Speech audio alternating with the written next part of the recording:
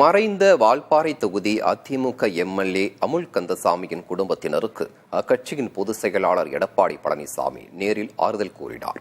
இதுகுறித்து அறிக்கை வெளியிட்டுள்ள ஆளுநர் RN ரவி, அமுல் கந்தசாமியின் மறைவு மிகுந்த வருத்தத்தை ஏற்படுத்தியுள்ளதாக தெரிவித்துள்ளார். முதல்வர் MK ஸ்டாலின் விடுத்துள்ள இரங்கல் செய்தியில், அமுல் கந்தசாமியின் மறைவு செய்தி கேட்டு மிகவும் வருத்தமடைந்ததாகவும், அவரை இழந்து வாடும் குடும்பத்தினர் தொகுதி மக்களுக்கு ஆழ்ந்த இரங்கலை தெரிவித்துக் கொள்வதாகவும் குறிப்பிட்டுள்ளார். இதேபோல் முன்னாள் முதல்வர் O பன்னீர்செல்வம், பாஜக மாநில தலைவர் நயினார் நாகேந்திரன் உள்ளிட்டோர் இரங்கல் தெரிவித்துள்ளனர். தொடர்ந்து அன்னூரில் வைக்கப்பட்ட அமுல் கந்தசாமியின் உடலுக்கு எடப்பாடி பழனிசாமி அஞ்சலி செலுத்தினார்.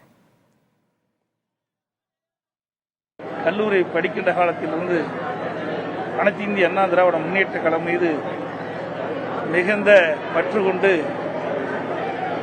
சிறந்த முறையிலே கழக பணியாற்றிய